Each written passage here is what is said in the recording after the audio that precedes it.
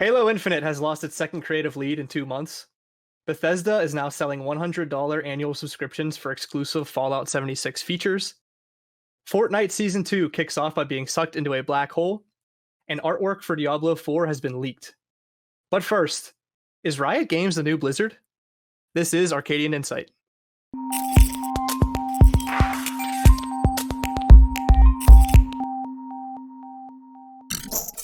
Okay, welcome to podcast episode number 35 of Arcadian Insight. All right, so Riot Games just had its League of Legends 10-year anniversary. They celebrated with, in my opinion, a very, very impressive live stream video celebrating not only the game and personalities that have really made the company what it is today, but they also showed off a lot of what they have in store for the future. So they made a lot of announcements for updates and rewards for their current games, but also multiple brand new IP and releases that are coming in the future. I don't know if you got the chance to watch the video, but just what were your first impressions of it? I was a little surprised. I almost felt, I don't know if you guys felt the same way. Like maybe I'm a little naive, like blindsided by this whole, I guess, like announcement of the new IP and stuff like that. I didn't. It makes a lot of sense. I just really didn't see them going in that direction. I don't know. I think it's big. I think it's the right move. I guess, strike while the iron's hot. And they're pretty much dominating the esports scene. Why not? I don't know if it's a step back to go to like those single player kind of games, but Yeah, no, I think that like the whole entire world was surprised by it, but I guess like in hindsight they did have 10 years to like get this video ready to go because they've really just been focused on League, and TFT in the short term, I guess here. But I loved it. I think Riot has great polish. I think that they have only really made League, and like that's been like they've been the butt of a lot of jokes, like, oh, Riot Games, well they only have one game, like ha ha ha. Yeah, well now they have like 30. Yeah, I think for me, the whole thing, like, okay, yeah, so they pretty much only did League for 10 years, 9 years, whatever you want to call it. But they really made sure that they made League like the best. You know what I mean? Like, I don't think anybody would argue that League is the best, most popular MOBA, right? They took the time to create like their juggernaut game. And now that they have like a big following and they have like that base of, like characters and champions and everything, it comes to a point where like you have to use what you have there and expand and do more. And I think it just now's the right time. You know what I mean? Like League's been around long enough, it's very established, has a very large following, and if they start branching off into other genres, people are going to follow it just because they like Riot or they like the League of Legends game or the characters. And I mean, really, it was only a matter of time until they did that, right? They weren't just going to do one game forever. I think what was surprising though was it was just like everything at once. Like it's not just like, oh, one new game. It's like new game, new game, new game, new game. You know what I mean? They announced like 4 games, 5 games, and then all this other shit. And I think it was just like it was almost like overwhelming that they could like present that much stuff to you like that's coming like soon, like within the next year. I thought that was pretty crazy overall. Yeah, and the video itself, like the production value of just what was it, like 45 minutes about? The production value on it was so high. Like it was like they were making it for the past 2 years or so. Like that's how good that was. It was like a little mini movie. Just with like the interviews of the employees and the owners, like the co-founders, and just showing off the games. I thought it was fantastic. I think you and I had spoke a little bit that the cinematic between Lucian and Thresh was like on the same level, if not maybe a smidge better than like Blizzard quality cinematic cutscene type stuff. I mean, it was like, wow, this is coming from a free game. Like, this isn't a AAA, it's League, and we're getting, I mean, they've always been pretty good. And if you guys have followed League for a long time, obviously, and watching that game like grow aesthetically, it's been pretty crazy because if you remember back in the day when it was in the beta and all you could play was like Warwick Ashe and on Remember what Scion used to look like? Mhm. Like everything looks like I try to forget. trash going back and looking at it now, and you're seeing some of the stuff they're putting out visually, and it's impressive to say Yeah. the least. They've come a long way on that front. I don't know if you remember those old trailers they used to play for the game, like what low quality they were. I still remember that one with like Twisted Fate, like flipping the cards around or whatever. It's not the newer one. There's like one from literally 8 or 9 years ago. They're hard to watch. Yeah, where he's fighting fiddlesticks. Yeah, and yeah. Rise is running around Yep. fighting Cho'Gath and all Yeah, that. Yeah. It's pretty brutal. Yeah. It's But- go ahead, Adam. Sorry. I think that what you said originally, like, is Riot Games the new Blizzard? I mean, they're definitely trying to be, but doesn't it feel like they're doing it in reverse order?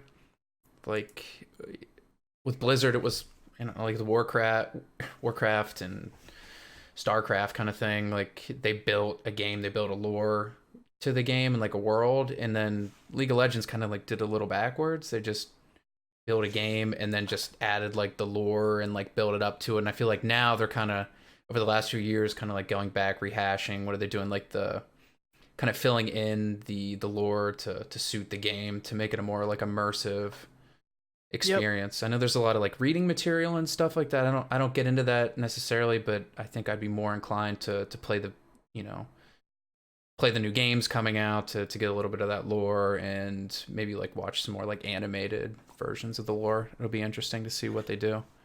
Yeah, they're kind of like the new school model of what Blizzard built with World of Warcraft so long ago. That's kind of how I see it. It's like a more polished version. Yeah, I think that's a good point about it being kind of reverse, but I think at the core of both of Blizzard's growth and Riot's growth was the creation of really, really cool characters. And I think that on the Blizzard side, you had more of like the impact on the lore and the story behind the characters, which is why you like them. But the character models that Riot has created within League of Legends, I think that they're bar none. I don't think that there's a competitor that comes even close. Like Dota 2 may come close in terms of just like popularity. It's not League. It's never going to be League, but it's close. But the characters in Dota compared to Riot's, the way that they're fleshed out and the skins that you get with Riot, there's no comparison. There really isn't one. And to use those characters as the hook to drive 7-8 new games in the next couple years, what a great idea. Mm-hmm. I feel like that's where, I mean, you bring up Dota, I feel like that's one of the areas they might have hamstrung themselves a little bit, because a lot of those playable characters in that game aren't, or don't seem to have any type of like lore. They don't even have like real names. They're like just like the summoner or the it's like the role that they perform almost. Which is a little unfortunate. I think that's. I have a few things I want to say here, so if I go too far, just cut me off. Okay. Before I lose it, I think there's a lot of space in the MOBA genre where people don't really give a shit about the characters, and in contrast, I don't play League often, like never really anymore, but when I used to, and to go on what Matt was saying with the, like you get the backstory and all that, like you got like a whole page of backstory with every character that was released. And I'm not sure about Dota, but I think maybe Dota might have like a few sentences or a paragraph that was like, he uses a gun and he's really good with it or something, play this guy. But with League, you have like these whole backstories that makes you sit here and wonder. And it's almost, when I think of it in my head, is comparable to like the way From Software does a lot of their storytelling, and it's in writing and not like, you're left to like kind of just think about it. It's up to interpretation a lot of time, until recently where we start seeing more and more, cinematics coming out, and that's really all we have to go on so far. But I agree with Matt in that, like, you're interested in the characters. Like, what's the beef between Demacia and what's the other one? Noxus. Like what is that? But you wonder that through the bite-sized chunks that you get in the characters. Like, well, you even get who is Draven to Garen? You know, even get some voice lines in game that like will flesh that out a little further. True. Also, I wanted to say, weren't they coming out with a card game? And I saw some YouTubers are saying that this card game looks, and it might just be like because it's fresh and new, and Dave might pipe in and be like, well, slow down here after I say this, but people are saying it has potential to be better than Hearthstone just from the way it looks. Yeah, they do always say that though. Like Artifact was supposed to be better than Hearthstone too, and I think people played it for about 3 days. Yeah. So I don't know, but I do want to dive into like the specific games as we go through just today's show. I think I did have a point I really wanted to make, but I think I might have lost it. Oh yeah, sorry. Just before we move down, what I really wanted to say was like just on the characters again, like the character models that are in League are better than protagonists that we've received for like $60 titles over the past couple years. Like Lucian, Thresh, like Ari. I mean, there's a million of them, but like they're more well made and have more personality than somebody that you play as through a 30-hour campaign, and you barely even get to see them. Like that KDA Popstars video that they made, like maybe that was last year or maybe earlier this year. It was like a better music video and song than like top artists produced in the year, and I think that that's just a testament to like Riot's commitment to quality. It's insane. Did employees from Dota make Riot, or was it employees at Blizzard or people who worked on the Dota mod it through Warcraft created Riot? Does anybody know how that was? Oh, I don't actually. I know that they were like interns or something somewhere, and then they broke off. I know that the people who created Riot had something to do with Blizzard in the beginning. And I wanted to make that point when you guys were saying, like, is this the new, is this the new Blizzard and blah, blah, blah. And maybe that's why we're seeing this, like we're getting this comparison. And it's like, why is Blizzard the first publisher that we are comparing Riot to? What, just because they both have MOBAs? I think because it's their insane commitment to polish. I think that Blizzard is known for releasing games that are, I think, one, very smooth. Maybe not like the original Vanilla WoW, but like Hearthstone, like when I think about Hearthstone or Overwatch, they're really easy to play, number one. And I think number two, they just look really good. They're very appealing to the eye. I think that Riot, like Josh, you were saying with League's new aesthetic, I think that's how I feel about League as well. It's just easy to look at. It's inviting, right? I guess another place you could kind of compare the two is that, I mean, they both essentially, maybe in slightly different markets, but, dominated like the online gaming scene, WoW versus now League of Legends. It's just another way to kind of compare the two, kind of expanding on, well, I guess, like I said, it's kind of backwards where, it's the new age model, as Matt said, where Riot went all in on an online game and Blizzard build up like initially with like that single player experience and kind of build a world. I feel like that's, well, I mean, all these game, even genres types, they seem really reminiscent to what Blizzard's trying to do, like or what Blizzard has done, I guess. You look at like WoW and all their things, they put it into MOBA with Heroes of the Storm, like that mergence. I know League of Legends is kind of like a microcosm of Blizzard at this point. I think this will be, I don't know if we'll touch back on this, but I think it would be good to, but after you guys return from BlizzCon, is that this is, from what I understand, is projected to be one of Blizzard's biggest BlizzCons of all time. They have a WoW expansion. Diablo 4 is, we don't know for sure, but I mean, we have yet to hear about Immortal. I hope we don't.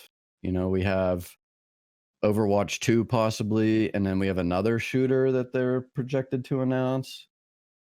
Am I missing something? Anything with Hearthstone coming? Well, I mean, Hearthstone's usually just more expansions and stuff, and maybe like a new type of game mode or something. We'll But I probably haven't heard get a lot. we'll probably get a concrete release date on Reforged because that's delayed, obviously. And I think they have a big show ahead of them. Yeah, I'm jealous you guys are getting to go. It's going to be a good time. They have a lot to show there. It's going to be a big year as opposed to last year, which a lot of people are saying was trash. They shouldn't have had it at all. And you guys still talked it up. You know what I mean? So I thought to it be was able to see great. it this year is probably going to be, huge, Yeah. regardless of the political climate or surrounding Blizzard right now. But I would be excited to go for sure. I'm envious of you guys. And I think what I guess I'm meant to get at is let's see what Blizzard offers come the beginning of November and see how they stack up to what Riot's just showed us. Yeah, I think it's really important to say, like, this conversation is not meant to say that, like, Riot's going after Blizzard or they're better than Blizzard. I think that there's actually a lot of room for them to coexist. And like you said, I think that Blizzard's going to have probably their biggest BlizzCon ever with a 15-year WoW anniversary, and they're going to announce Diablo 4, I think, and they might even announce Overwatch 2. And if those both happen, with more things as well, like, it's going to be a huge day for Blizzard. So, but let's just jump down into some of these other, just these specific games that Riot did announce and some of what we saw. As far as major game announcements go, let's start with League of Legends and Wild Rift. So League of Legends announced the start of preseason 2020, as well as the game's 146th champion, Senna. They also announced that there's going to be a 10-day variety of unlocks and prizes for logging on and playing, and also the return of URF, Ultra Rapid Fire. It's one of their most popular and fun game modes that they release like every quarter or every half year. League of Legends Wild Rift is a mobile version of League of Legends, but it's not actually League. So it plays like League, but it's shorter games, about 15 to 20 minutes. Not all of the game's original champions are going to be present, but I think a lot of them, like a lot of the mainstays, will be there. And they won't have all of the skins either. I think the coolest thing about Wild Rift is that it's not a port to mobile. It's not like League in your hand. It's like completely built from the ground up as a completely separate game that plays great and runs great on mobile, which I thought was really cool. I mean, they could have just fucking reskinned it or something and threw it on onto mobile, and it probably would have been like shit. But I don't know. Would you guys ever consider, like, we've played a lot of League and a lot of MOBAs. Would you ever consider playing League on your phone? And even if you wouldn't, do you think it's going to be a big hit, or you think it's going to kind of be a flop? Like you said before, I think that the fact that it's not League of Legends, like it's a mobile only League of Legends, so you're not like directly competing against people playing on a computer. I think that's important for me to consider playing it, because like I wouldn't want to play on my phone when I'm playing against people that are on the computer, because you're at an incredible disadvantage. But you know what I mean, by not having a mouse and keyboard and just having your phone. But the fact that it's separate and you're playing against other people on mobile, I think that makes me a lot more likely to. Definitely, I'm going to try it out, but a lot more likely to continue to play it, just because I'm not competing against people directly on the PC that are going to have way better, reaction times and internet connections and hardware and whatnot. I think I'll try it, but I think this could be a really big opportunity for Switch and Nintendo. They have Smite. Get a decent MOBA on that platform. They could. Wow, I think like they have a really good opportunity with this. And Smite, like Dave said, I'm not sure I'd want to play League with people. Granted, it's a different game, so maybe we won't see that, but Smite's cross. So when I could sit there, like I was over hanging out with Roman, and we played Smite on his Xbox. I played it on my Switch, and Phil was playing it on his computer, and Alan was playing on his Xbox, and we were all playing together Smite. And I think it's just a really good opportunity for those guys. That's interesting. Different take on it. I don't like any mobile games, and I don't know if maybe I've tried one time playing a MOBA, like one of those cheesy knockoff MOBAs on my phone. I was like, got that itch. I don't think it plays well, but I mean, if anybody can really pull it off, I wouldn't put it past Riot to make something that's actually fun, mobile wise to play on your phone. I don't think it translates very well, unfortunately.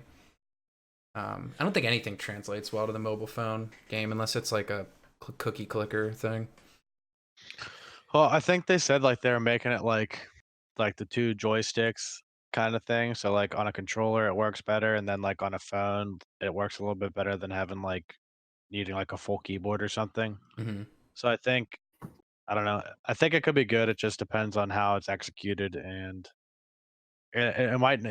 There, I mean, obviously people are going to play it, and it might just even be like more of a bait towards like the Asian market because they're a little bit more into like the mobile Definitely games and whatnot. So it might be, what I mean? It might be more of a play for that. Well, still, I mean, people still in the Americas and Europe are going to play it, but it might be more of like them catering to the Asian market and their Probably gets younger passion. kids involved as well. I don't think there's a Yeah. lot of like kids pre-high school or maybe even high school that have like really high-end PCs. But they do all have phones. So I'm sure that Riot would love to get younger kids involved. Like they've also had those like high school I don't know what the right word is, but not like scholarships, but just like they've tried to build almost like a grassroots movement where high schools are having like League of Legends teams now. And yep. I think that they want to get that culture built like at that age rather than later. Hearing about that a lot locally, even high schools getting gaming teams together. I didn't hear anything specifically League of Legends. I think the only one I heard about was like Smash Brothers or something like that. But it's becoming more widely accepted. So I just saw an article that Slippery Rocks is growing. high school or college? College. That's awesome. It's big. I mean, you can't deny it, right? Well, you're not going to stop it, I should say. And it's I'm not just like sure. it's accessible to a lot more people than just like, I mean, like obviously everybody can play sports and whatnot, but like the boundaries to play video games seem a lot less than like physical sports, because like you can just do it at your house. Like if you want to go play basketball, you got to like go to a court and get a ball. Like you literally can just sit on your fucking ass at your house and Yep. play a game and be part of a team or whatever you want to call it. So I think like Yeah. the barriers to entry are pretty non-existent. And there's no upfront cost. If you already Yeah, have a phone, you don't have to leave your house, you pay no money, and you get to play League. It's right. Like you already like, and most people already have a phone or a tablet, and most people already have a computer, and like a lot of these games, like they're like you can run them on a toaster if you wanted. you probably That's the whole could. point. I'm gonna So read. it's like, you know what I mean? Like you already have the shit to do it, and you don't have to go anywhere. So like, why wouldn't you? Like, there's like nothing stopping you. It's like so easy to do. Yep. I'm gonna readmit to college. Play some Yeah. League of Legends. Yeah, I might be going back and get my master's or something pretty soon. I don't think any of us used our or what do they even call that? Like our sports eligibility. We probably got a good 5 years of playing. Yeah, I've been a redshirt for a while. Mm-hmm. There you go. 10 years now. Let's jump down to Teamfight Tactics here. So they just announced season 2, which is going to be Rise of the Elements. And with it, a ton of brand new champions, classes, and types, as well as a lot of reworks of current champions are all coming with this new patch.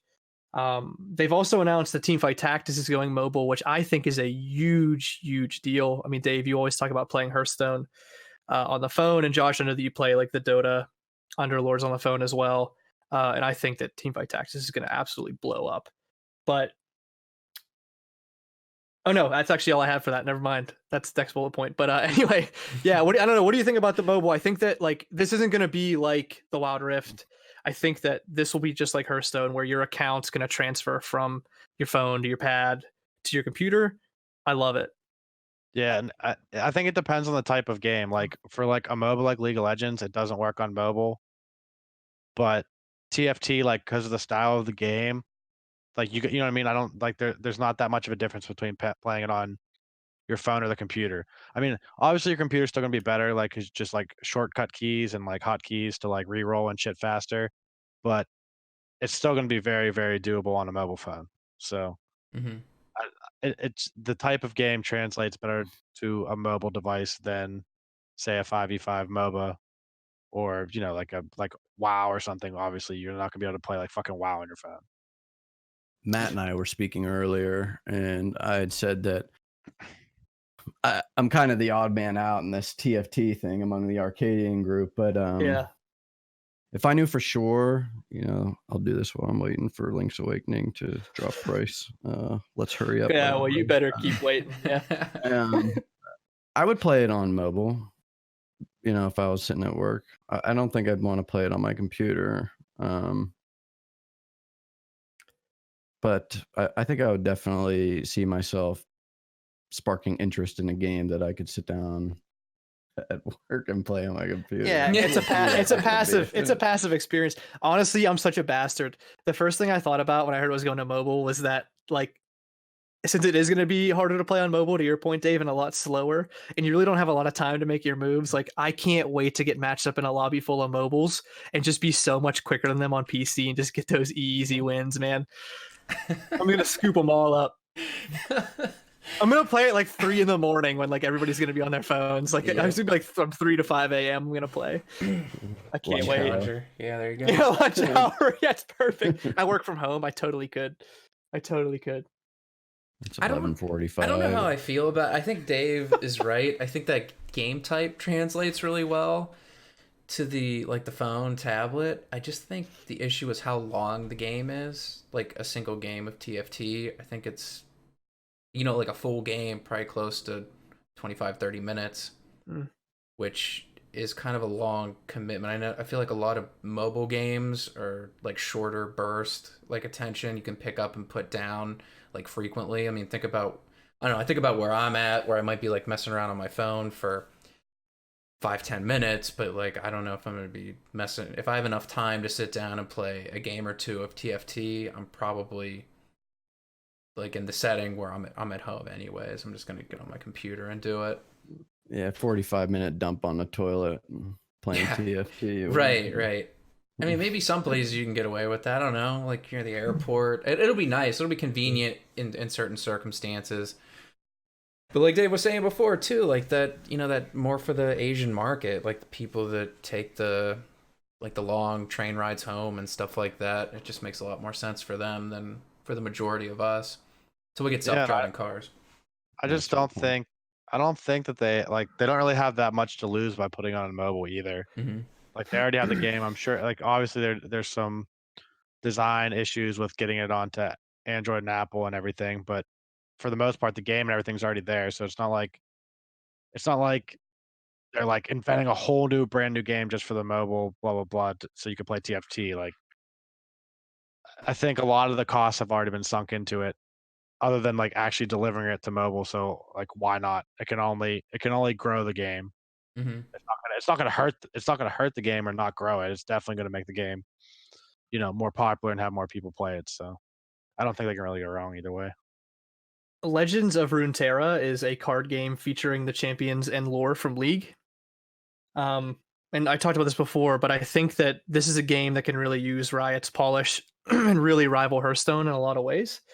And it's obviously meant to be that direct competitor to Hearthstone and do what maybe Magic the Gathering, or Artifact couldn't do. Do you think that it has a chance to compete with Hearthstone? I know, like, whenever they were actually like announcing this in the video, they even took a lot of shots at Blizzard. They said something about like everybody having phones, which obviously was like a jab at Blizzard. And they also said that like they're trying to make it way more accessible so that you can get cards a lot easier, and like we're making very direct references to the dust system and the crafting system within games like Hearthstone and Magic, that like they could do it a lot better. So what do you guys think? Do people want another card game? I don't know. Can I start? Okay. Yeah, go if you really want. I'm just like, this is like exciting. Okay, so let me just rip off and then you guys can do your thing. So for me, what your last point about making it more accessible to get cards, that is 100% going to be the key to whether it's better than Hearthstone or not. That's the key, because like Hearthstone, that's its biggest downfall is like if you want to be competitive in the current meta, you have to spend money. There's no way to be competitive at a high rank without spending money and getting the current cards that are in the set. Like you have to spend money, and I mean like you probably got to spend at least $100 on each expansion if you want to get everything that you want and make the cards that you need to be competitive.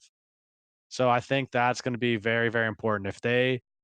If Runeterra truly makes it easier to get cards and not as much of a money sink, and they don't rotate the cards out as fast or whatever, I think that's going to be the key to it overcoming Hearthstone or being, comparable. Because as far as like the aesthetics, the Runeterra, like the board or whatever you want to call it, I think it looks good. Like it doesn't look bad, but I still think like Hearthstone's interface and layout is better aesthetically. I still think it's better. But like I said, that the key thing for me is the cost.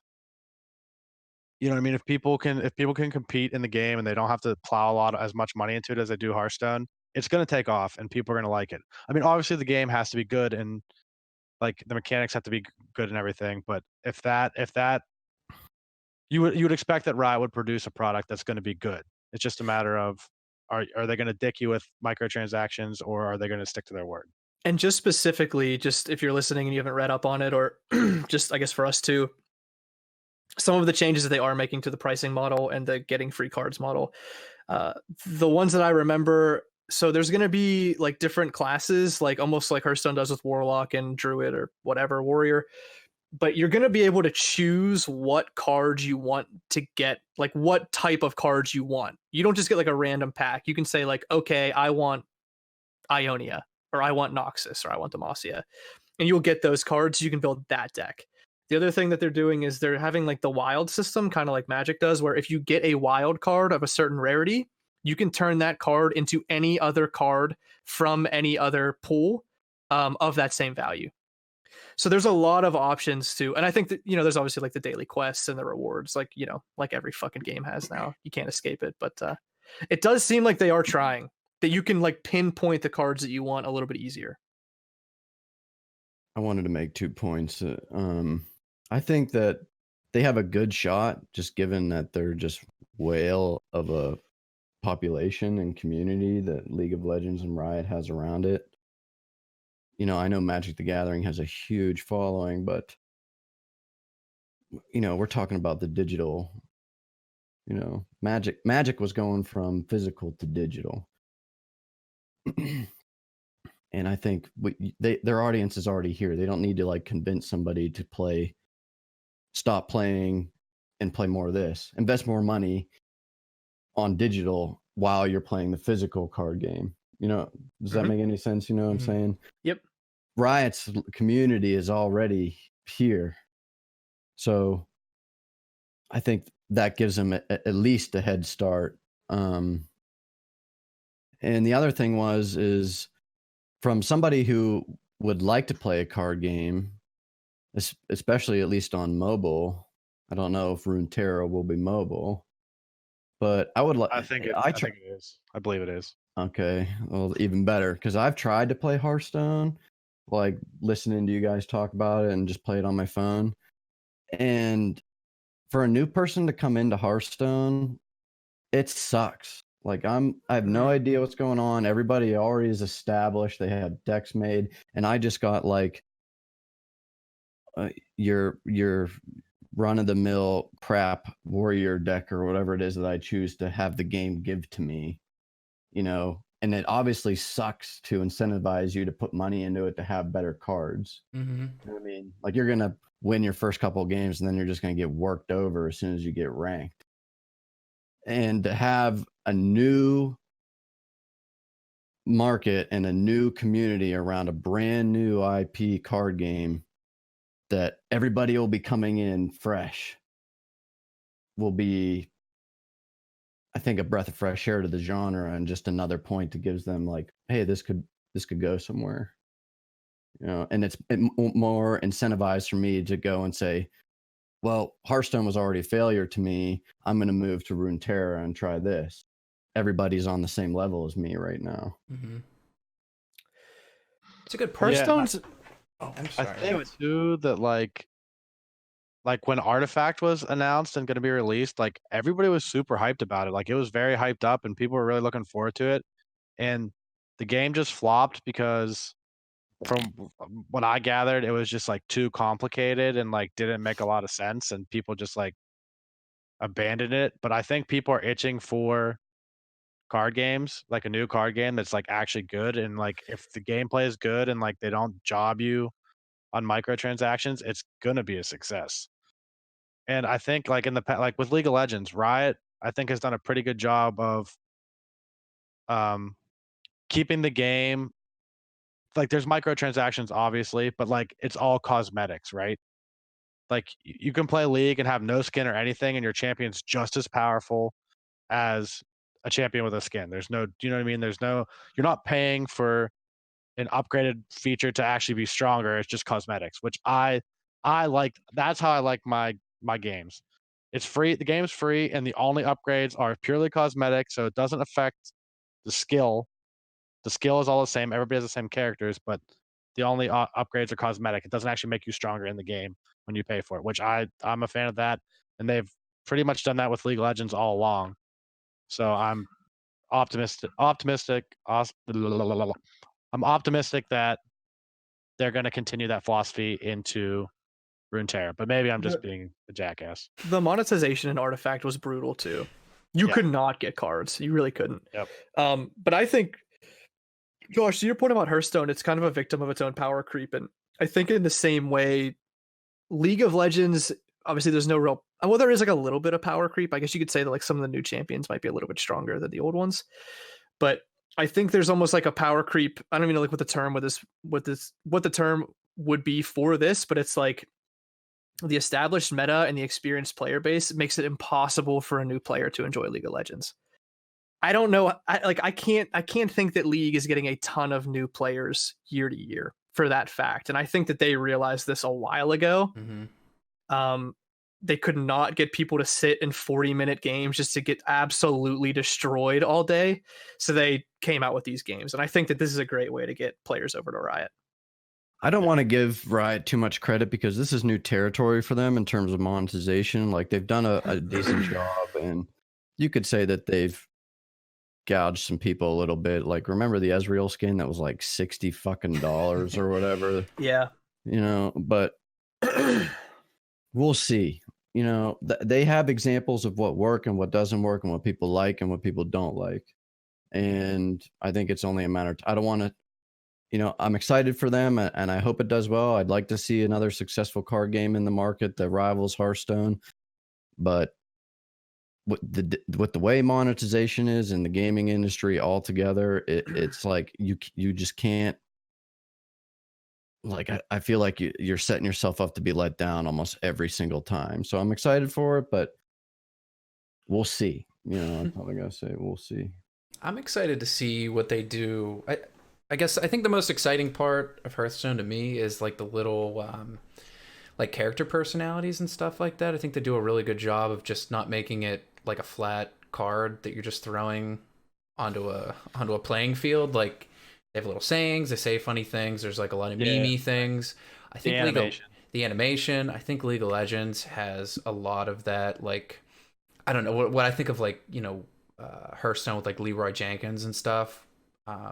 It reminds me of like, well, maybe League of Legends could have like a Lee Sin thing, you know, like to take the cue, you know, like fly in, like my mind is telling me yes, by someone know kind of thing. Like there's just so much potential. Like they have like the wacky zany characters like Ziggs and stuff like that. They have the more serious characters as well, you know. You think like Darius and Draven and stuff like that.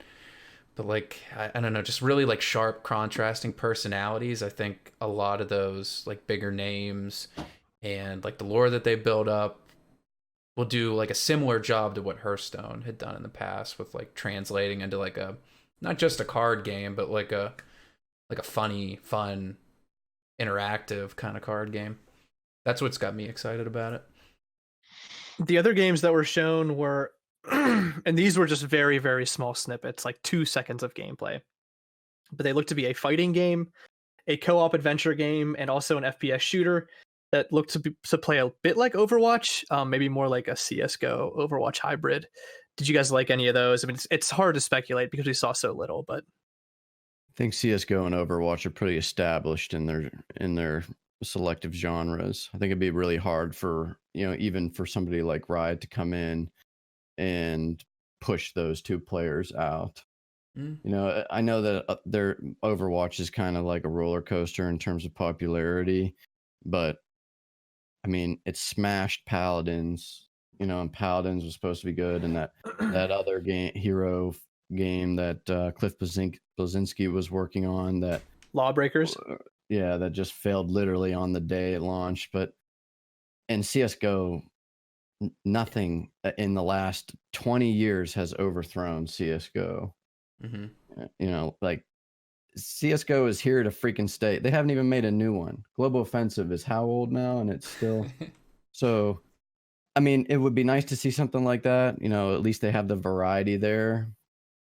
I don't think they're going to be pushing any of those players out of off their thrones, though. That's true. I think if anybody could work their way into it, I mean, I think Riot really is head and shoulders above everybody else, like on the esports front. Like their production that they put out, like it can be a little cringy at times, but I mean, they get the best casters.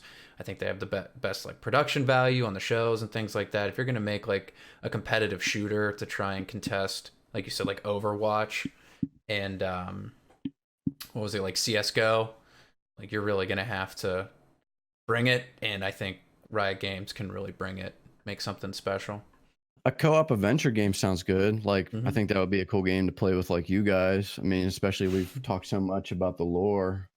League of Legends has fantastic, and we don't need to rehash what we've been saying for the last 45 minutes already. But, I'd be interested to see, I'd watch that game's development cycle and see how that goes. That'd be fun. It's just a little early to like, you know what I mean? Like, there's just not enough info about it yet to really like have a good idea of what is actually going to happen. But I mean, it's definitely interesting that they're literally like making games for like all these different genres, right? They're like literally dabbing their foot into like every like lake or pond or whatever you want to call it. Like they're seems like they're really like guns ablazing and trying everything, which is interesting. Yeah, I think the one I'm least excited for is the FPS shooter. I don't play a lot of FPS just right now, and I think that we're gonna see Overwatch 2 at BlizzCon, and I think that Blizzard kind of got it right with Overwatch 1, and they're gonna be able to refine it even further with 2. And I think that it's gonna be hard to compete with that. I really do. I think that Overwatch 2 is really gonna be good. Unreal. But let's jump down to trending here. So Halo Infinite has lost its second creative lead within the past 2 months, which is extremely sad. Not a good story. Tim Longo, the creative director of Halo Infinite, left the company in August. During this shakeup, Microsoft publicly named Mary Olson the head of the Halo Infinite campaign team. Now, unfortunately, Olson has also left the company within just 2 months of being named the executive producer. This is a statement from the community manager over at Microsoft and 343. So there is no creative dilemma inside the studio and no writing on the walls. I'd like to reassure everyone that the entire Halo Infinite team is rallying behind this game and is working hard to make sure we can execute on its vision. So the game is scheduled to release around the holiday season 2020. They still do have time to fix any issues that arise, but this doesn't sound very promising to me. Bullshit. Yeah, writing's on the wall. I don't know. Matt and I spoke about this earlier, and I think him and I know Wolf likes Halo, but I think Matt and I here are like, I've heard Matt say it before, like, it doesn't matter if it's good or bad. You got to buy a Halo game. And I'm one of those people too. And to see two creative directors go is kind of like, they can spin and PR this crap all they want, but something is going on over there in 343 that is making these people think like, if success was foreseen in this game, why would they leave? Well, you wouldn't. I mean, it would be on your resume forever. Exactly. So, fingers crossed, but I think Halo Infinite is just going to be another pile of dog shit like Halo 5 was, and I really hope it isn't. And another thing, I know a lot of people were like, oh, they're going to come out with this BR thing, and I think BRs are kind of on, we talked about it in 2 podcasts ago, especially with the way that, people's microtransactions, we can kind of see the trend in the industry on a downhill swing. People are getting bored of BRs. If Halo is banking on them coming out with their own BR, holiday season 2020 I don't think is going to be the time for them to expect some massive hype train to come out with their BR. Mm-hmm. I think this 343 just dropped the ball, man. Like, they just can't make a fucking Halo game to save their lives. And I know it's not out yet, and you can call me a pessimist, but I played Halo long enough, and I've played all the games, and I can tell you that after Halo Reach, and I think Matt can agree, I don't know if he's played them, but they were straight fucking trash after Halo Reach. I played 4. I don't even know if play is the right term, though, because I think that to play at something, you have to be getting some sort of childish amusement or enjoyment out of it, right? I think that's what the verb really is. And so to say play, I don't know, I worked at Halo 4. I experienced it. I tolerated Halo 4, I guess, for a bit. That's about it. So, yeah.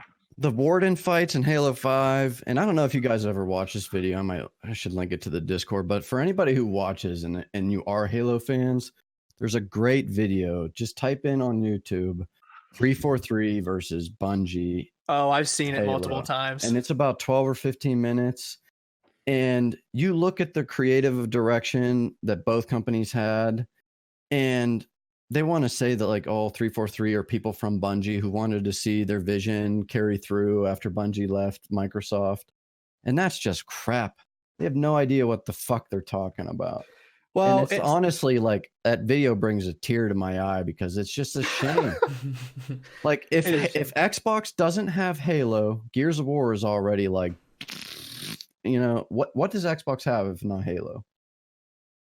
Yeah, not much.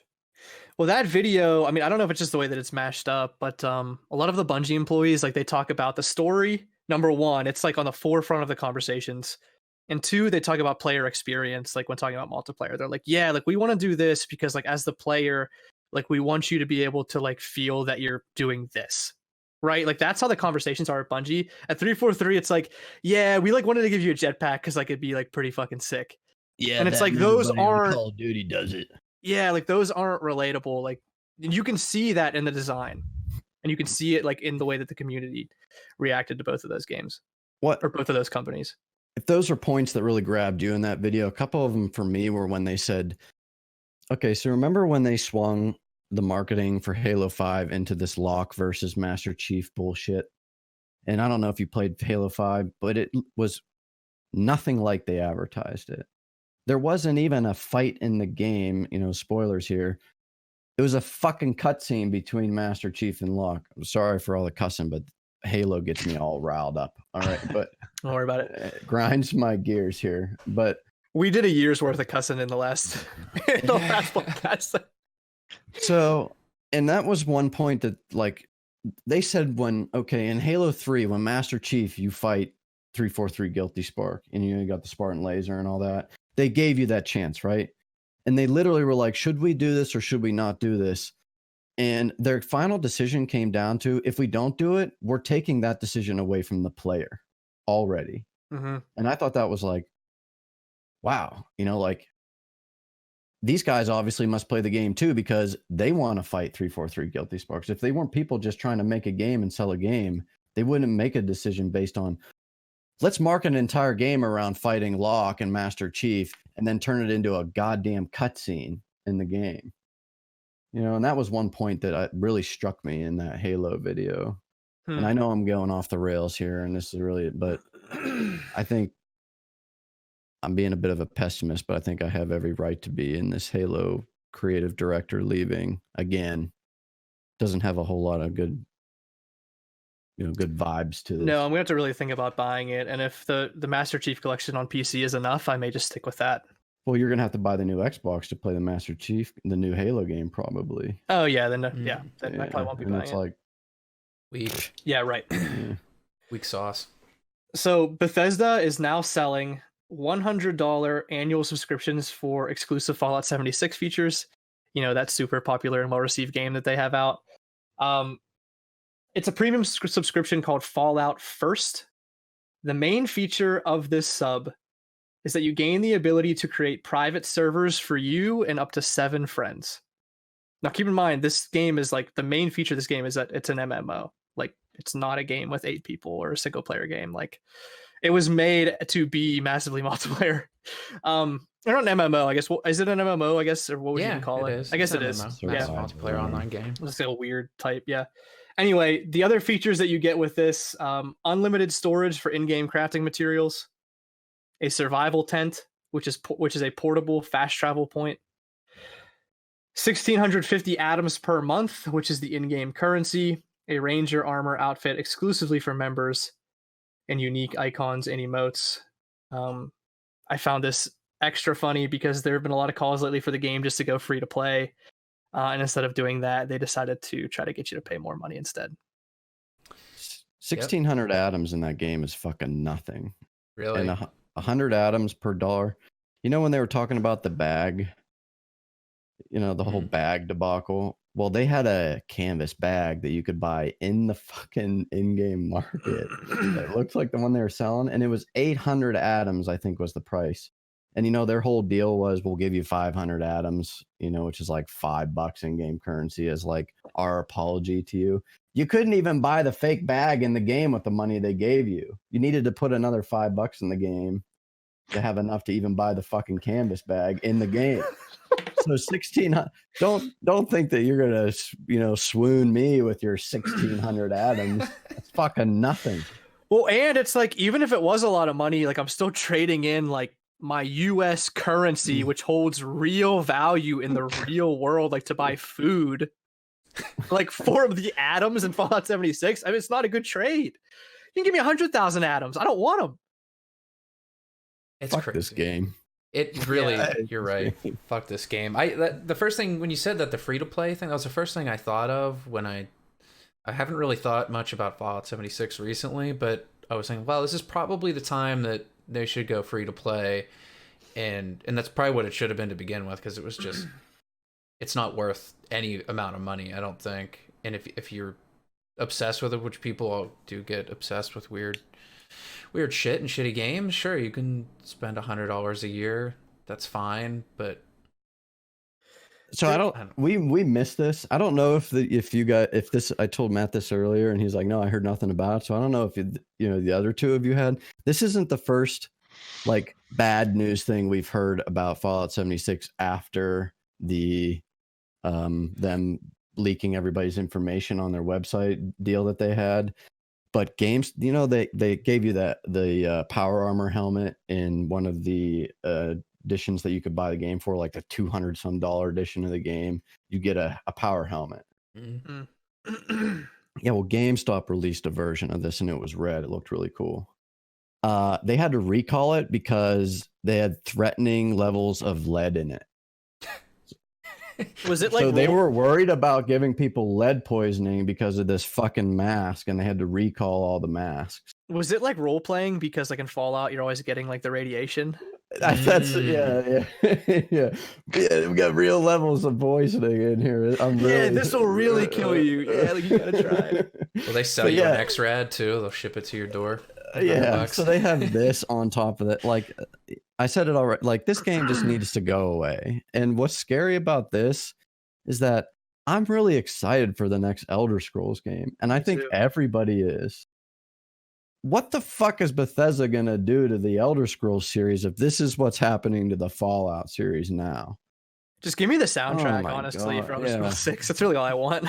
What's going to happen, man? But anyway, okay, they're trying to fix Fallout 76 to give you these like this private server to like go against the whole point of the game. Like the point of Fallout was a massively multiplayer Fallout game. That's what they're trying to fix with this new update, and they're charging you money for it, and they're giving you like this backpack that holds all your junk and like this tent, all stuff that could have been, I think, in the game on release or at least free. Like, do you know what you could have done instead of like fixing Fallout 76 with a private server and these like stupid little shitty add-ons and charging $100? You could have just released a fucking $60 Fallout single player experience. Yeah. The thing that people asked for anyway. It not did the fucking BR that was popular for all of fucking 24 hours. Mm-hmm. This Yeah. game is horrible. What a mess. If you, I feel What a bad for fucking you mess. if you like this game. I think maybe everybody at Bethesda's over there wearing those lead helmets. Yeah. They're losing it. They're losing it. You walk around, you see them, they're stuck in the fake plastic bottles that they packaged what was that, whiskey or something that they were trying to sell Yeah. to The rum. the rum, yeah, the yeah. Nuka-Cola rum thing. Jesus Christ. Yeah, they've got their heads stuck in that lead poisoning. Best part about it is Joe Schmoes on Etsy were making better versions of that fucking bottle than They Yep. were. Probably way cheaper too. Yeah. Fortnite Season 2 kicks off by being sucked into a black hole. So as players logged into their games, I'm sure everybody saw this, but I guess just to rehash, they found themselves on the Fortnite map. A black hole emerged in the center of the map, swallowing up the players and also the entire map and the world itself. After this, the black hole just kind of sat on the screen for 2 days. I didn't realize it was 2 days long. That's a really long time to have that happen. And during this time, social media was going insane. Like every post that I saw was about Fortnite and the black hole in the end, and all of like the big streamers like Ninja, everybody was talking about it. After all of this happened, Season 2 was then announced. So we're getting a brand new map, different guns, boats, fishing, and more battle pass rewards, like whatever. But I was super impressed with the marketing strategy here and just the secrecy around this update. Like you didn't see anything about any of this anywhere. And that's a pretty big company. You would think there would maybe be a leak. What do you guys think? I mean, has anybody ever done something like this well from a marketing standpoint? I don't want to speak over everybody. I feel like I've been hogging this episode of the podcast up. I got to make up for it for not being here last week.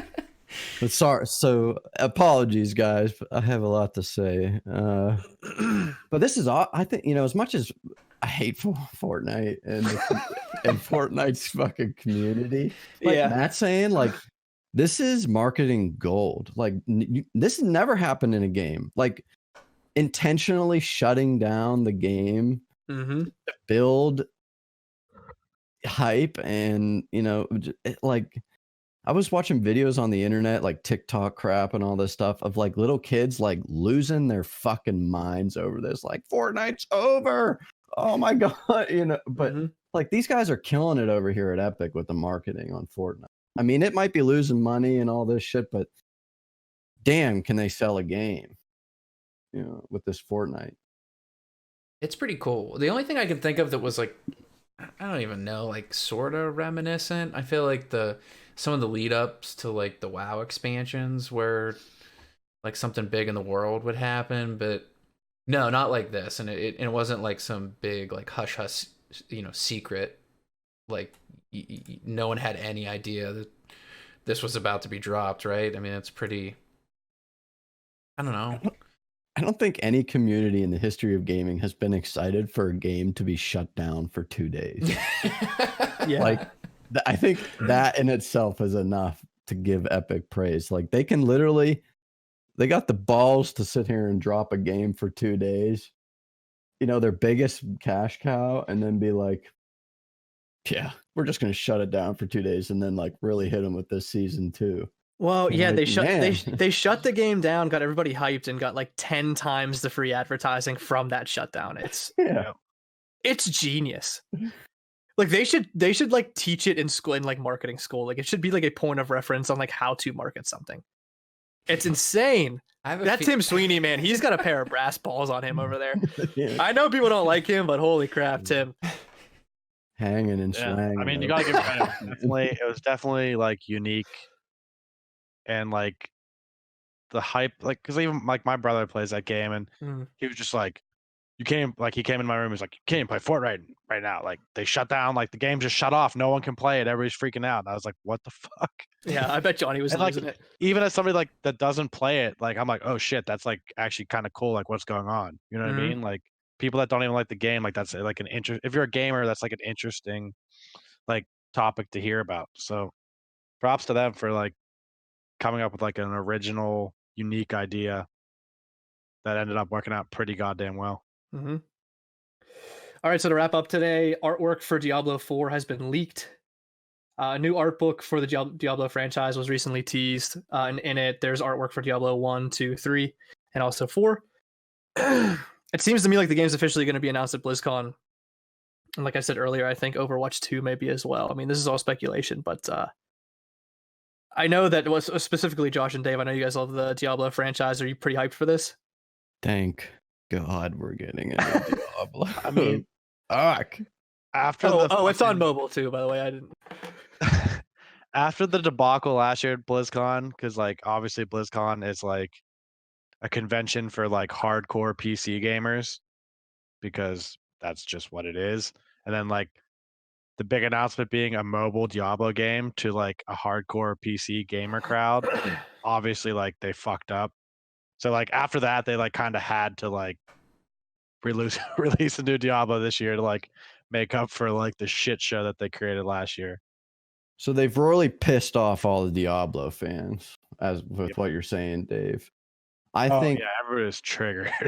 Blizzard's biggest hurdle right now is finding a way to not only regain the trust of the people who've not only stuck with Diablo 3 thus far, but the people who have said fuck Diablo and moved to Path of Exile, because Path of Exile has done everything right in comparison to Diablo 3.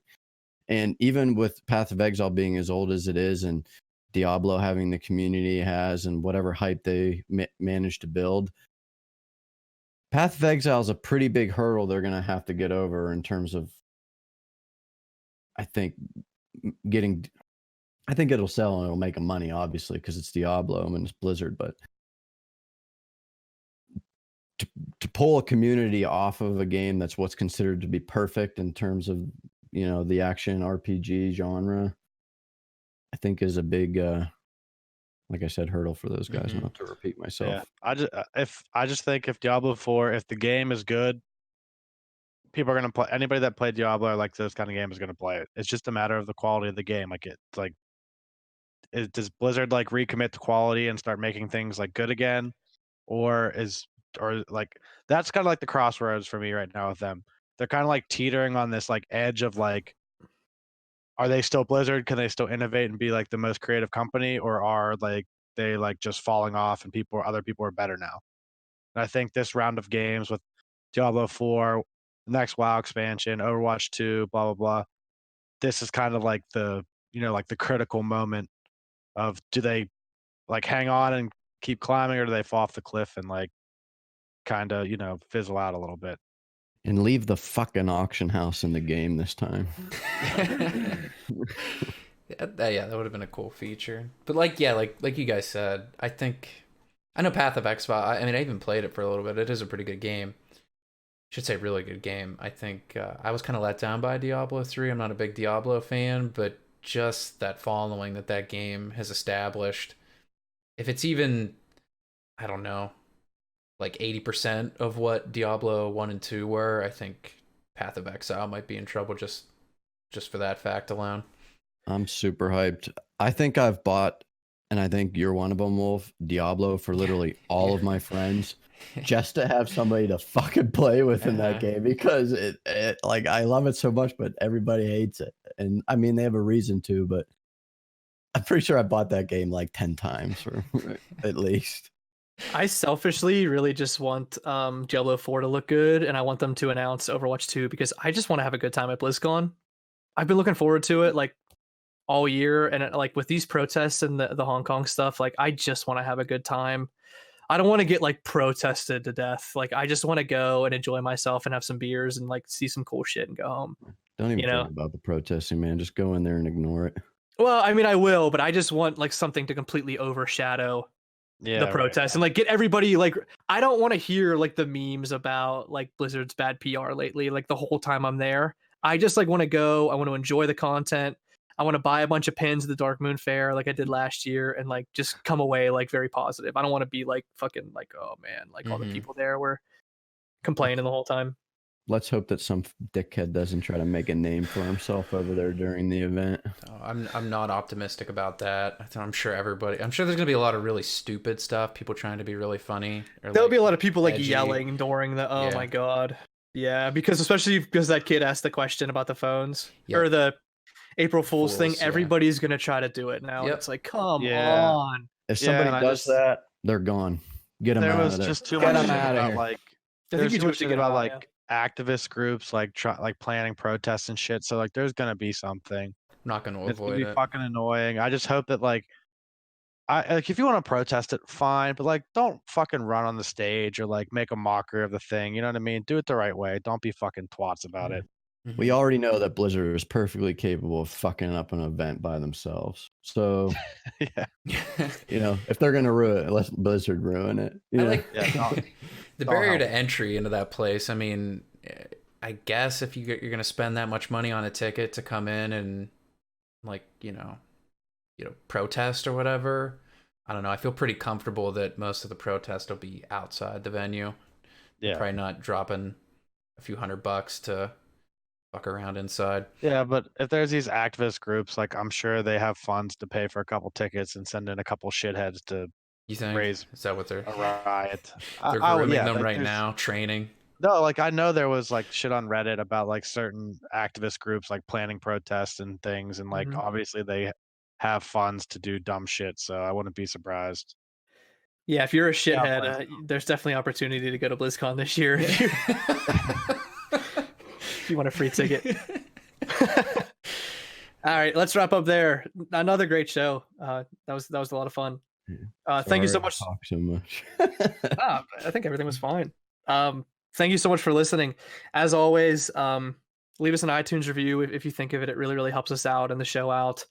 If you listen on Spotify and iTunes, we post these shows live, the live odds every week. So check out the YouTube channel as well. But other than that, hope you enjoyed as usual. We'll see you next week.